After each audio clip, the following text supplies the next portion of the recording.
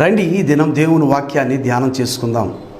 కీర్తనల గ్రంథం 123 1 నుండి 4 వచనాలను చదువుకుందాం. కీర్తనల గ్రంథం 123 1 నుండి 4 వచనాలు.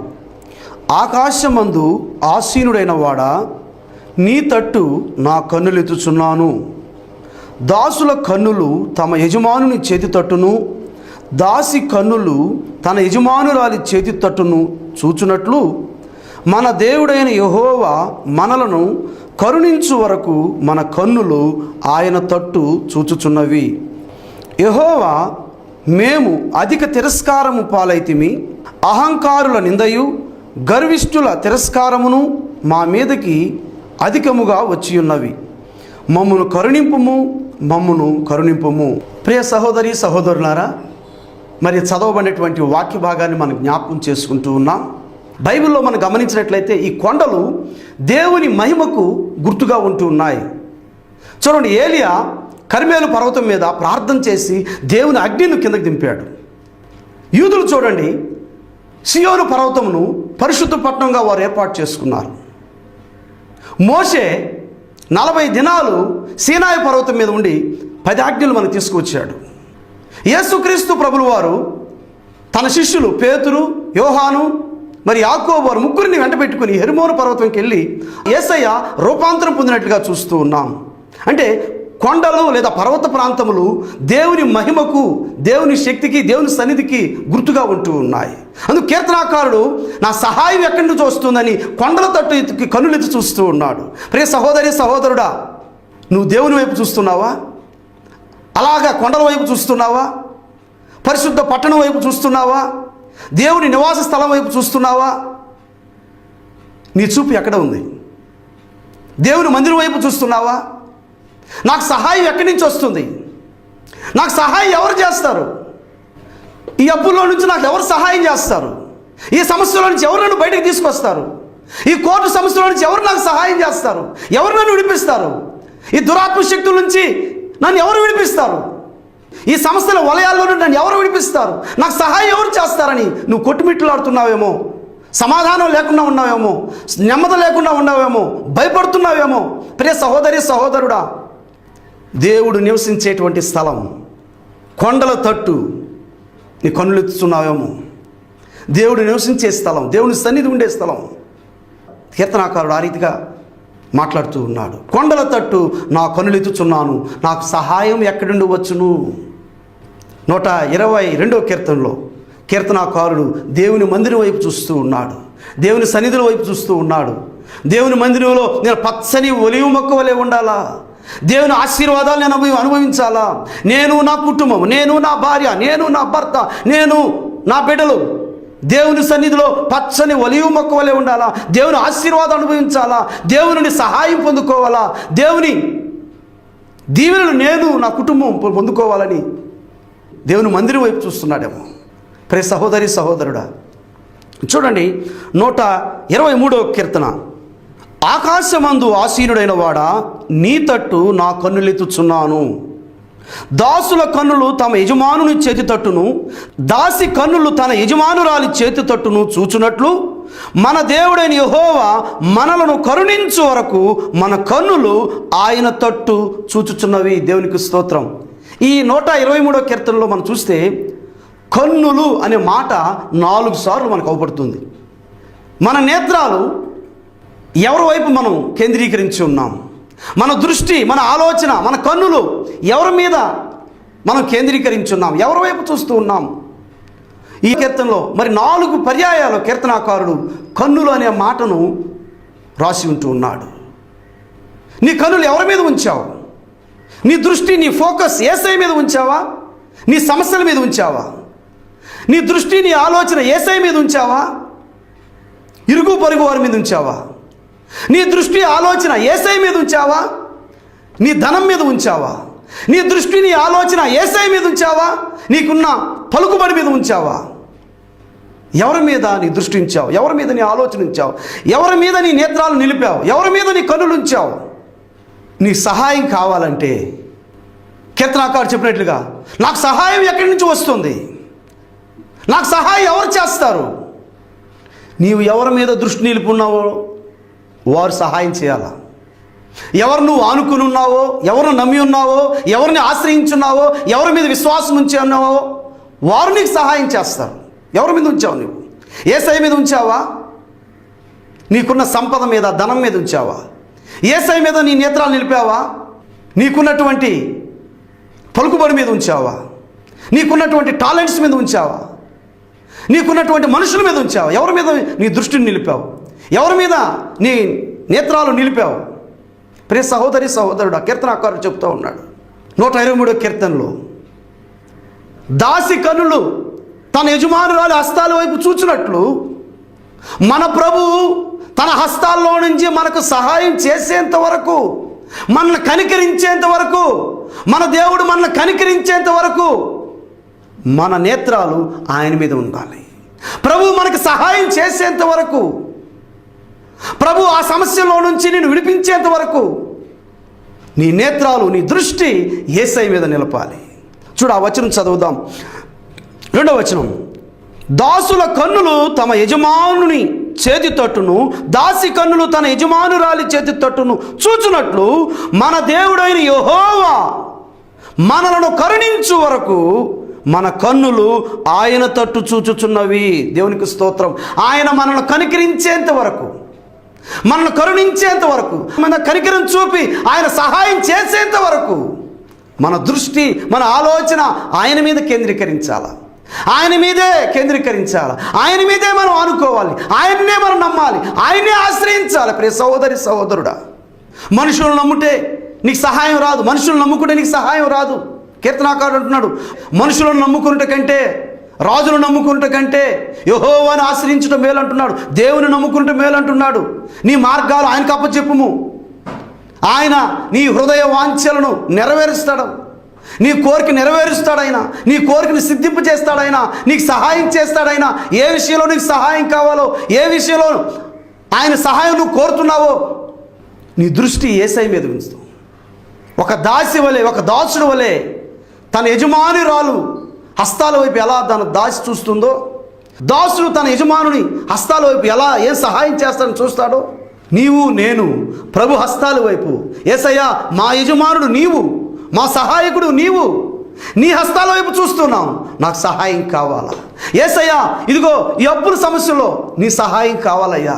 ఈ కోర్టు సమస్యలో నీ హస్తాల వైపు చూస్తున్నాను, నీ సహాయం కావాలా. నాకు మనుషులైతే నమ్మకం పోయింది. మనుషులను మోసగిస్తూనే ఉన్నారు. వారు నమ్మా మోసపోతూ ఉన్నాను, విసిగిపోయాను. ప్రభు, నేను నిన్ను నమ్ముతున్నానయ్యా. నీ హస్తాల వైపు చూస్తున్నాను అయ్యా. ఒక దాసి వలె, ఒక దాసుడు వలె నీ దయగల హస్తాల వైపు, నీ కనికరపడే హస్తాల వైపు నేను చూస్తూ ఉన్నానయ్యా. నన్ను కరుణించేంత వరకు ప్రభువా నీ మీదే నా దృష్టి, ప్రభువా నీ మీదే ఉంటుంది ప్రభు, నీ మీదే. యేసయ్యా నన్ను కనికరించేంత వరకు, నువ్వు నన్ను సహాయం చేసేంత వరకు, ఈ సమస్యల వరంలో నన్ను విడిపించేంత వరకు నా నేత్రాలు నీ మీదే ఉంటాయి. నేను నిన్ను విడిచిపెట్టను ప్రభువా. నా కన్నులు నీ మీదే ఉన్నాయి. నేను నిన్నే ఆనుకుని ఉన్నాను, నేను నిన్నే నమ్మాను ప్రభువా, నాకు సహాయం చేయి. కానీ యేసయ్య నీకు సహాయం చేయడానికి వచ్చాడు. ఆయన నిన్ను ప్రేమిస్తూ ఉన్నాడు. ఆయన మొహం చాటేసి తప్పించుకునేవాడు కాదండి.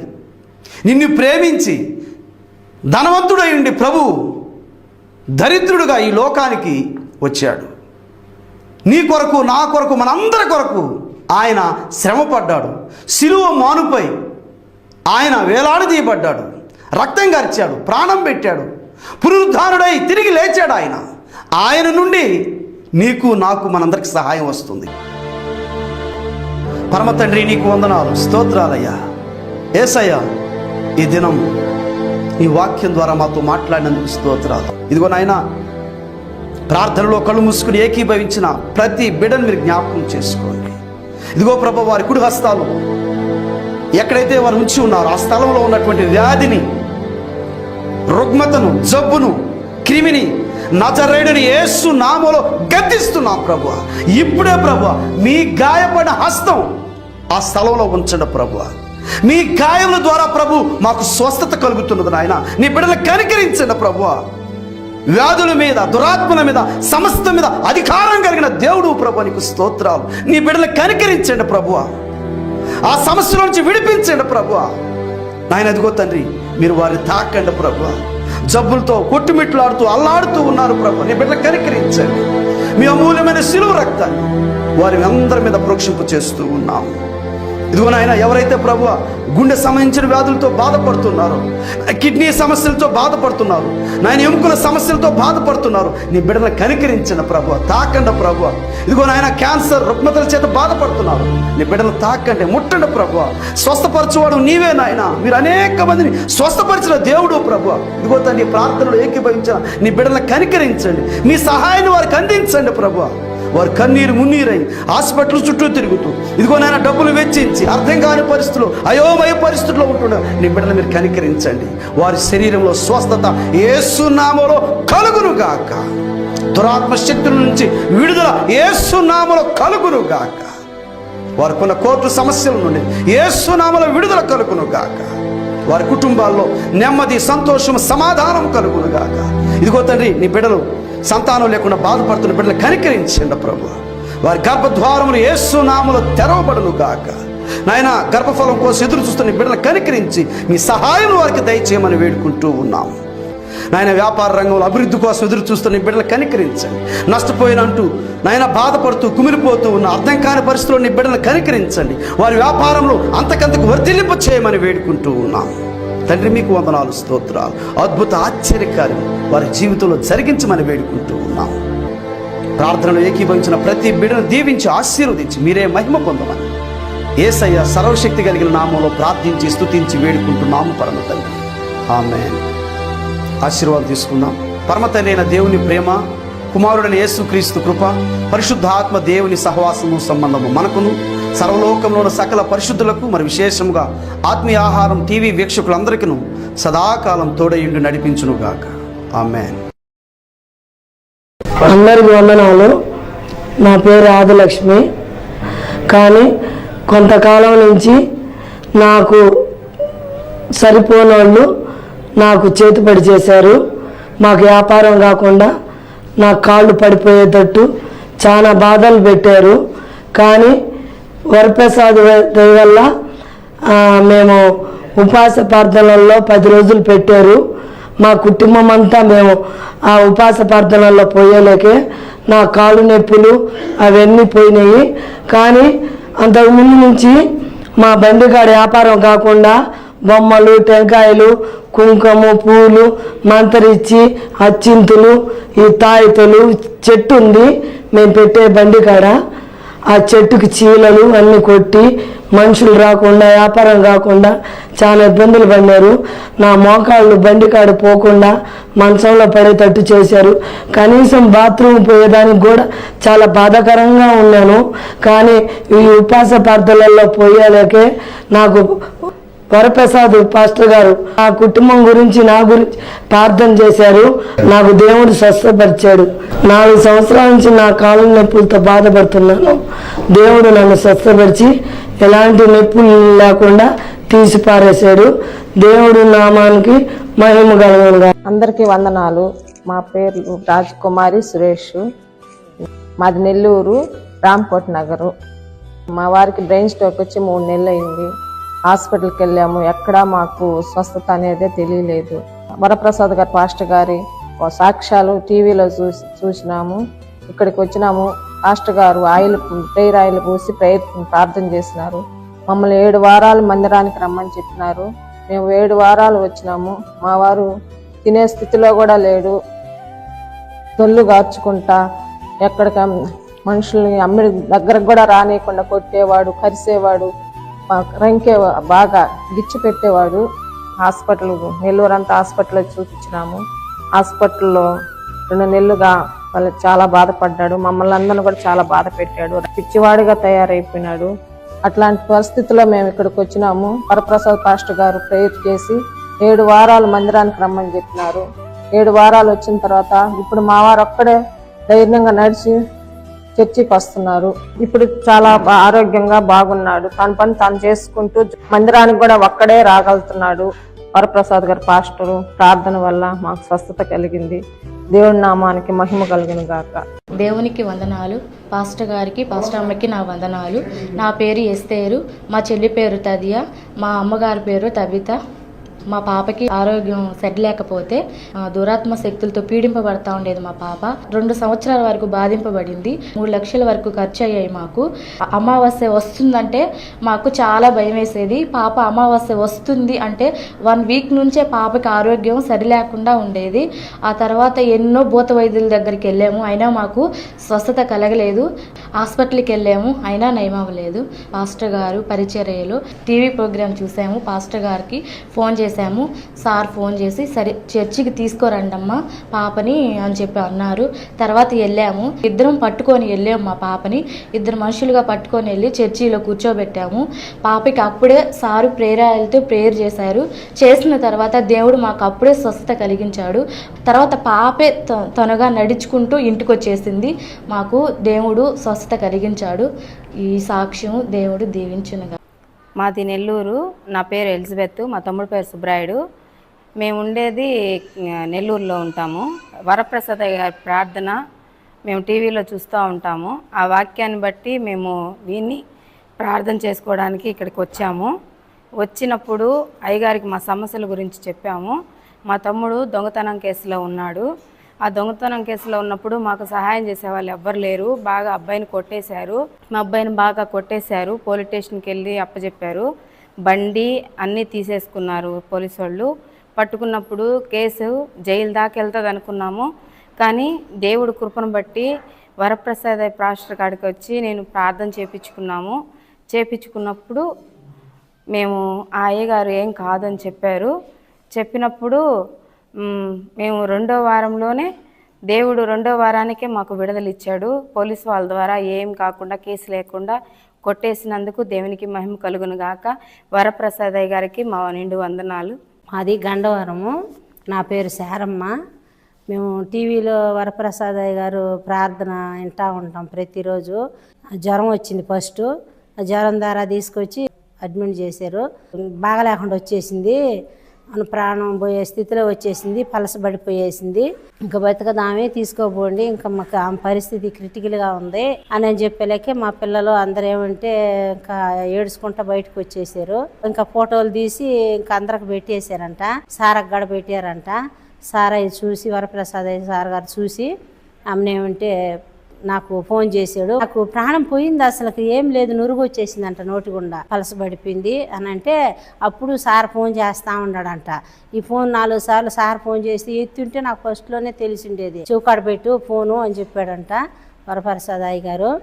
పెట్టిన తర్వాత అప్పుడు నాకు చౌకాడ పెట్టాడు ఫోను. అప్పుడు నాకు అసలు ఏందో ఎక్కడో వినొస్తా ఉంది ఆ మాట, అంటే సార్ ప్రార్థన చేసే మాట వినొస్తుంది. అంటే ప్రార్థన చేస్తూ ఉంటే అప్పుడు నాకు మెలకు వచ్చేసింది. వచ్చిన వెంటనే నేను లేచేసిన, పైకి లేచేసి చచ్చిపోయి నమ్మి లేచేసిందని మళ్ళీ పోయి మా వాళ్ళకి పిల్లలకి అందరికి చెప్పాడు. మా ఆయన చెప్పి బయటకు వచ్చారు. అమ్మన ఇట్ట సంగతే వరప్రసాద్ సార్ గారు ప్రార్థన చేశాడు. ఆ ఫోన్ తీసుకోపోయి నేను చెవిలో పెట్టాను, వినింది, విన్న తర్వాత ప్రాణం వచ్చింది అని చెప్పాను. అన్న తర్వాత అప్పుడేమంటే నేను బతికినాను. ప్రార్థన చేసిన వరప్రసాద్ గారికి వందనాలు. దేవుని నామానికి మహిమ కలిగిన గాక. అందరికీ వందనాలు. నా పేరు వాణి, మా బాబు పేరు వర్షిత్, బీటెక్ చదువుతున్నాడు. మేము నిడుగుంటిపాలెం వెంకటాచలం మండలం నెల్లూరు జిల్లా నుంచి వచ్చాం. మా బాబుకి విజయవాడ కాలేజీకి వెళ్ళినప్పుడు అక్కడ దురాత్మ మా బాబు ఇంట్లోకి వచ్చింది. బాగా ఇబ్బంది పడుతూ ఉన్నాం. ఇంటికి వచ్చిన తర్వాత జ్వరము, వామిటింగ్స్, అన్నం తినకుండా ఏదో ఏదో తెలియని భాష మాట్లాడుతూ మమ్మల్ని గందరగోళంగా అరుస్తూ చాలా బాధపడుతున్నాడు. బాబుని చూసి మేము అసలు అన్నం కూడా తినేవాళ్ళం కాదు. మేమందరమే ఏం చేయాలి ప్రభు మాకు అర్థం కావట్లేనప్పుడు మళ్ళీ వరప్రసాద్ పాస్టర్ గారికి ఫోన్ చేశాము. సారు ఖచ్చితంగా మా ఇంటికి వచ్చాడు. మా ఇంటికి వచ్చి మా బాబు పరిస్థితి చూసి ప్రార్థన చేశారు ప్రేయర్ ఆయిల్తో. మా బాబు అయితే పాపం మాలో లేకుండా బాగా దురాత్మ చేత పీడించబడుతూ బాగా దిగులు పడిపోతా ఉన్నాడు. గొప్ప అద్భుతంగా రీతిగా దేవుడు సార్ పాస్టర్ గారు ప్రేయర్ చేస్తాను వెంటనే ఒక గొప్ప విడుదల వచ్చింది. సార్ గారు చర్చికి 7 వారాలు రాండమ్మా, ఇంకా గొప్ప విడుదల వస్తుంది అన్నారు. కానీ వచ్చిన మొదటి వారంలోనే ఒక గొప్ప అద్భుతం మాకు చేశాడు దేవుడు. అంత గొప్ప దేవునికి మహిమ కలుగును గాక. ఇది మా కొరకు ప్రార్థించిన చంద్రగిరి వరప్రసాద్ పాస్టర్ గారికి వందనాలు. పాస్టర్ అమ్మగారికి వందనాలు. దేవునికే మహిమ కలుగును గాక. అందరికీ వందనాలు. నా పేరు దివ్య, మాది బిట్రగుంట. దేవుడు మొదటిగా నాకు పాపనిచ్చాడు. సెకండ్ టైము బాబు కోసం నేను పాస్టర్ దగ్గరికి, వరప్రసాద్ అయ్యి పాస్టర్ దగ్గరికి వచ్చాను. పాస్టర్ గారు ప్రేయర్ ఆయిల్తో నాకు ప్రార్థన చేశాడు. అయ్యగారు ప్రార్థించిన తర్వాత నాకు దేవుడు చక్కటి కుమారుని అనుగ్రహించాడు. ప్రార్థించిన వరప్రసాద్ అయ్య గారికి నా నిండు వందనాలు. దేవుడి నామానికి మహిమ కలుగును గాక. నా పేరు చిన్నయ్య, మా మిస్సెస్ పేరు రీనా. నేను అనారోగ్యంతో బాధపడుతూ డిసెంబర్ నెలలో వరప్రసాద్ అయ్య గారి నెల్లూరుకి పాసం మందిరానికి వెళ్ళాను. అక్కడ మందిరంలో వరప్రసాద్ అయ్య గారు అభిషేకం ప్రార్థన చేశారు. ఆ రోజు నా పరిస్థితి ఎలా ఉందంటే, ఎప్పుడు చనిపోతానన్న తెలియని పరిస్థితిలో నా ఫ్యామిలీ మొత్తం ఇబ్బంది పడుతూ ఆందోళనలో ఉన్నాను. నాకు చిన్న పిల్లలు 2 ఉన్నారు, పాప బాబు. ప్రభువా, నేను మోకరిల్లు ప్రార్థన చేసుకుంది, నా బిడ్డల కోసమైనా నన్ను బ్రతికించు, నా బిడ్డలో ఒక ప్రయోజనం చేసిన వరకు నా ఊపిరి ఆగిపోకుండా నాకు సహాయం దయచేయమని అడిగినాను. పాప వరప్రసాద్ అయ్య గారు ప్రేయర్ ఆయిల్ తోటి ప్రార్థన చేసి నీకేం కాదని చెప్పన్నాడు. నేను చేస్తున్న ఉద్యోగానికి కూడా మానేసి ఇంటి దగ్గరే ఉండి అసలు కుటుంబ పోషణ ఎలా అనే పరిస్థితికి కూడా వెళ్ళిపోయాను. నా కుటుంబం పూర్తిగా అస్తవ్యస్తంగా, నేను, నా భార్య, పిల్లలు ఒక దిక్కడ, నేను ఒక దిక్కడ, మా ఇంటి దగ్గర నేనుండి మా రక్త సంబంధికులు మా అన్నలు వాళ్ళు చూసుకున్నారు. నా పిల్లల్ని, నా భార్యని వాళ్ళ తల్లిదండ్రులు వాళ్ళ దగ్గర పెట్టుకొని చూసుకున్నారు. ఇప్పుడు చనిపోతాననే ఇదిలో తీవ్ర ఆందోళనలో ఉన్న నన్ను దేవుడు కృప వల్ల దేవుడు నన్ను దీవించి నన్ను ఈరోజు మళ్ళా మంచి మనిషిగా బ్రతికున్నాను. నేను ఈరోజు బ్రతికి ఉన్నాను అంటే దేవుడి కృప వల్ల బతికాను.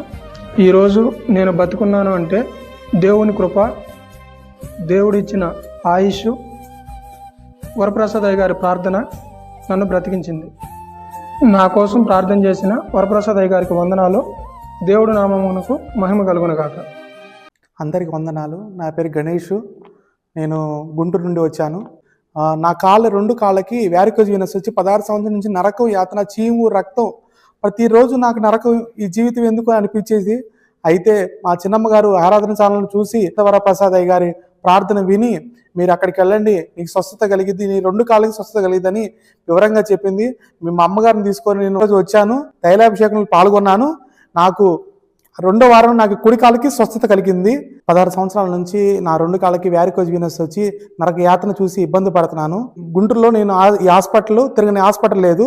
ఎన్నో 3.5 లక్షలు ఖర్చు పెట్టాను, అయినా ఫలితం లేదు. మాకు స్వస్థత కలిగిద్దని నమ్మకంతో మా అమ్మగారిని తీసుకొని వచ్చి నెల్లూరు వచ్చాను. వచ్చిన మొదటి రోజు అయ్యగారు తైలాభిషేకంతో మాకు ప్రార్థన చేశారు. 2వ వారం మేము 10,000 రూపాయలు స్పాన్సర్ చేశాము. 3వ వారానికి నాకు కుడి కాలు స్వస్థత ఇచ్చాడు. గతంలో నేను అసలు నడిచేవాడిని కాదు 2 కాళ్ళతోటి. ఈరోజు నేను నిలబడుతున్నాను, తిరగలుగుతున్నాను, నా అన్నం తింటున్నాను, ఆరోగ్యంగా ఉంటున్నాను, నాకు నిద్ర బాగా పడుతుంది. ఈ వరప్రసాద్ అయ్య గారి దగ్గరికి వచ్చినాక నాకు స్వస్థత కలిగింది. ప్రార్థన చేసిన వరప్రసాద్ అయ్య గారికి వందనాలు. దేవుడి నామానికి మహిమ కలుగును గాక. అందరికీ వందనాలు. నా పేరు మహాలక్ష్మి, మా ఆయన పేరు చిట్టిబాబు, మాది కావలి. 2 సంవత్సరాల నుంచి దురాత్మ శక్తితో పీడం పడుతున్నాను. మేము ఎక్కడెక్కడికో వెళ్ళాము, ఎన్నో హాస్పిటల్ తిరిగాము. నా భర్త ఎంతో ఖర్చు పెట్టాడు, అయినా కూడా నాకు నయం కాలేదు. ఎన్నెన్నో చేసాము, ఎక్కడెక్కడో ఖర్చులు పెట్టాము, చాలా డబ్బులు కూడా ఖర్చులు పెట్టాము, అయినా మా వల్ల కాలేదు. ఒకరోజు టీవీ చూస్తున్నాము, అప్పుడు వరప్రసాద్ పాస్టర్ గారి వాక్యం వచ్చింది. అప్పుడు నా భర్త చూసి, ఇక్కడ వెళ్దామే, ఇక్కడ పోతే బాగా ఉద్యమం, నీకు చూద్దాము అని చెప్పాడు. తర్వాత అక్కడికి 7 వారాలు పోయాము. పేరాయిలతోటి పాస్టర్ గారు అభిషేకించి ప్రార్థన చేశారు. తర్వాత నా ఒంట్లో ఉన్న దుష్ట శక్తి బయటకు అనేది వచ్చేసింది. ఇది బాగైనాక తర్వాత 7 వారాలు వచ్చాను. 7 వారాలు వచ్చాను, 2 వారాలకే స్పాన్సర్ చేశాము. 7 వారాలు చర్చికి వెళ్ళాను. 7 వారాలు చర్చికి వెళ్ళాక సారు అభిషేకంతో నాకు తల మీద పేరాయిలు వేసి ప్రార్థన చేశాక నాకు 2 వారాలకి స్వస్థత వచ్చింది. యేసయ్య విడుదల ఇచ్చాడు, నన్ను దురాత్మ శక్తి నుంచి విడిపించాడు. యేసయ్యకి నా నిండు వందనాలు. ప్రార్థన చేసిన వరప్రసాద్ సార్కి వందనాలు. దేవుడు నామానికి మహిమ కలుగును గాక. అందరికి వందనాలు. నా పేరు యశ్వంత్, మా అమ్మగారు రత్నమ్మ, మాది రాపూర్ గ్రామం, నెల్లూరు జిల్లా. అయితే నెల్లూరులోని రామ్కోట్ నగర్లోని వరప్రసాద్ సార్ పాస్టర్ చర్చికి వచ్చి నేను 2-3 సార్లు ఆయిల్తో అభిషేకం చేయించుకున్నాను. అయితే జాబ్ కోసం పాస్టర్ గారి దగ్గర 2 సార్లు ప్రార్థన చేయించుకున్నాను. హైదరాబాద్లో ప్రతి ఒక్క జాబ్ ప్రయత్నిస్తూ ఉండేవాడిని. అయితే దేవుడు ఊహించిన రీతిలో నా జీవితంలో అద్భుతం చేశాడు. నాకు రీసెంట్గా వచ్చిన కానిస్టేబుల్ జాబ్ వచ్చింది. అయితే ఈ కానిస్టేబుల్ జాబ్ సాధించడానికి 3 స్టేజ్లు ఉంటాయి. ప్రతి ఒక్క స్టేజ్లో నేను వరప్రసాద్ సార్ గారి ఫోన్ చేయించి వరప్రసాద్ సార్ చేత ప్రార్థన చేయించుకుంటున్నాను. ఈ ప్రార్థన నేను ప్రతి స్టేజ్లో సక్సెస్ అయ్యే విధంగా చేసి 3 స్టేజ్లు సక్సెస్ అయ్యి అలాగే జాబ్ కూడా నాకు వచ్చింది. నా కోసం మా కుటుంబం కోసం ప్రార్థన చేసిన వరప్రసాద్ సార్కి వందనాలు తెలుపుతూ దేవుని నామానికి మహిమ కలుగును గాక. అందరికీ నా వందనాలు. మాది వచ్చేసి చంద్రశేఖరం, నెల్లూరు జిల్లా. నా పేరు వచ్చేసి సుభాష్ని. నాకు భర్త లేడు, భర్త చనిపోయాడు. నాకు 2 కొడుకులు. నా చిన్న కొడుక్కి బాగా లేకుండా వచ్చింది, కిడ్నీలో ఇన్ఫెక్షన్ వచ్చింది. మా బాబుకి కిడ్నీ ఇన్ఫెక్షన్ అని చెప్పారు. 3 హాస్పిటల్ తిరిగాము. ఆ సమయంలో నేను టీవీలో సారా వాక్యం వస్తుంది, పాస్టర్ గారి వాక్యం వస్తుంది. సార్కి నేను ఏడస్తా ఫోన్ చేశాను. సార్ భయపడొద్దమ్మా, ఇక్కడికి రండి అని చెప్పాడు. ఇక్కడికి వచ్చిన తర్వాత 7 వారాలు రమ్మా అన్నాడు. 7 వారాలు రమ్మన్నాడు. 3 వారాలకు నా బిడ్డకి స్వస్థత కలిగింది. ఇగో రిపోర్ట్లు. దేవుడు నాకు నా బిడ్డకి నార్మల్ రిపోర్ట్లు దయచేసిండ్రు. ప్రార్థన చేసిన వర్షం పాస్టర్ గారికి నా వందనాలు. దేవుని నామానికి మహిమ కలిగిన గాక. నా కుమారుని ఏసై స్వస్థపరిచాడు. నా చిన్న కుమారుని ఏసైకి సమర్పిస్తున్నాను. ఏసై సేవకి నా బిడ్డని ఇస్తున్నాను. ప్రభునామంలో మీ అందరికీ నా వందనాలు. మా వారికి ప్రార్థన చేస్తుండగా నీకు గర్భఫలం ఇస్తున్నాను అని చెప్పి దేవుడు చెప్తున్నాడు అని చెప్పినప్పుడు గొప్ప బహుమానం ఇస్తున్నాడు అని చెప్తే ఆశ్చర్యపోయాము. అది నిజమా కాదని నమ్మకం లేదు, కానీ దేవుడు ఇచ్చినాక నమ్మాను. బ్రతుకుతానని డాక్టర్లు నాకు చెప్పలేదు. నువ్వైతే నమ్మకం లేదు, నీ బిడ్డనైతే మేము గ్యారంటీ ఇస్తామని చెప్పారు. బ్లడ్లో ఇన్ఫెక్షన్ అయింది, లివర్ ఇబ్బంది అయింది అని చెప్పినప్పుడు నేను బ్రతుకుతానని నమ్మకం ఈలేవు, నీకు గ్యారంటీ అని చెప్పారు. కానీ ఎంతో ఏడ్చుకున్నాను. ప్రభా, నువ్వు నాకు తల్లి లేదు, ఇచ్చావు నువ్వే గొప్ప బహుమానాన్ని, ఈ బిడ్డని అనాథం చేసే ఇది చేయబాకు ప్రభా అని వేడుకున్నాను కన్నీటితో. పాస్టర్ గారికి చెప్పాను, పాస్టర్ అమ్మకి చెప్పాను, ఇలాగ జరుగుతుందమ్మా, డాక్టర్లకే పరమ డాక్టర్ అని వాళ్ళు చెప్పినప్పుడు నేను ఎంతో ఏడ్చాను. నాయనా, నేను చనిపోతే నా బిడ్డ అనాథ అయిపోద్ది, నా బిడ్డను అనాథం చేయబాకు ప్రభా అని ఏడ్చుకున్నాను. హాస్పిటల్లో 1 నెల రోజులు అడ్మిట్ అయినప్పుడు డాక్టర్లు ప్రతిరోజు నువ్వు బతకు, నీ బిడ్డ అయితే ఇస్తాము, మేము చెప్పమ్మా మీ ఇంట్లో వాళ్ళకి అని అన్నప్పుడు నేను ఎవరికి చెప్పుకోలేదు, దేవుడికి తప్ప. దేవా, నువ్వు ఇస్తే, నన్ను బ్రతికిస్తే నీకు సాక్షిగా నిలబడతాను, నా బిడ్డను అనాథ నేను చేయబాకు ప్రభా అని ఏడ్చాను. గొప్పగా నన్ను బ్రతికించి నన్ను నా బిడ్డని సజీవ లెక్కలో ఉంచి క్షేమంగా ఇంటికి నడిపించారు. దేవుడికి మహిమ కలుగును గాక. ఈ చిన్న సాక్ష్యం దేవుడు దీవించును గాక. నా కొరకు ప్రార్థన చేసిన పాస్టర్ గారికి నా వందనాలు. దేవునికి మహిమ కలుగును గాక. నా పేరు పద్మ కొలువాయి. పాస్టర్ గారు పోయిన వారం ప్రార్థన చేసిండు. నాకు నిలబడుకోలేక కూడా ఉండేది. నేను ఈ వారానికి నిలబడుకున్నాను. నేను 6 సంవత్సరాల నుంచి లేసేది లేదు, నడిచేది లేదు. నాకు నొప్పులు, ఒళ్ళంతా నొప్పులే, నరాల నొప్పులు. ఈ వారం అట్లా నిలబడి ఉన్నాను. పాస్టర్ గారి ప్రార్థన బలమైన ప్రార్థన. ఒక్క రోజుకే నాకు నిలబడుకోగలిగాను. పాస్టర్ గారికి నా వందనాలు, పాస్టర్ అమ్మకు నా వందనాలు. నా పేరు కల్పన, మాది చాటగుట్ల గ్రామం. 2.5 సంవత్సరాల నుంచి పిల్లలు లేక మేము బాధపడుతూ ఉన్నాము. పాస్టర్ గారి దగ్గరికి వచ్చాము. వచ్చి పాస్టర్ గారు ప్రేయర్ ఆయిల్తో ప్రార్థన చేశాడు. 7 వారాలు రమ్మన్నాడు. 5వ వారమే మాకు ప్రెగ్నెన్సీ కన్ఫర్మ్ చేశాడు దేవుడు. యేసయ్య మాకు చక్కటి పాపనిచ్చాడు. యేసయ్య నామానికి మహిమ కలుగును గాక. ఆదివారం ఆరాధనకు మీ అందరినీ ప్రేమతో ఆహ్వానిస్తున్నాం. ప్రతి ఆదివారం ఆరాధన ఉదయం 10 గంటలకు జరుగును. మా address Ramakoti Nagar centre, Podalakur road, Kothuru, Nellore, Andhra Pradesh. అభిషేక ఆశీర్వాద ఆరాధన ప్రతి నెల మొదటి శనివారం కావల్లో క్రిస్టియన్ పేట 1వ వీధిలో ఉన్న క్రిస్టియన్ రీసోర్స్ సెంటర్లో జరుగును. అభిషేక ఆశీర్వాద ఆరాధన ప్రతి నెల 2వ శనివారం నెల్లూరులో గాస్పల్ ఏజీ చర్చిలో ఉదయం 10 గంటలకు జరుగును. దైవజనులు చంద్రగిరి వరప్రసాద్ గారు ప్రత్యేకంగా ప్రేయర్ ఆయిల్తో అందరినీ అభిషేకించి ప్రార్థించెదరు.